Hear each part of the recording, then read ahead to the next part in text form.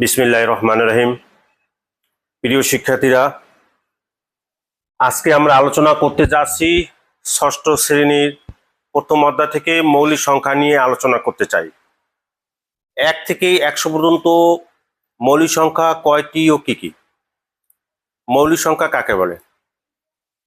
1 থেকে 100 পর্যন্ত মৌলিক সংখ্যা 25টি। মৌলিক সংখ্যা হলো এমন একটি স্বাভাবিক সংখ্যা যে সংখ্যা মাত্র দুইটি উৎপাদক বা ভাজক, এক এবং ওই সংখ্যার নিজে।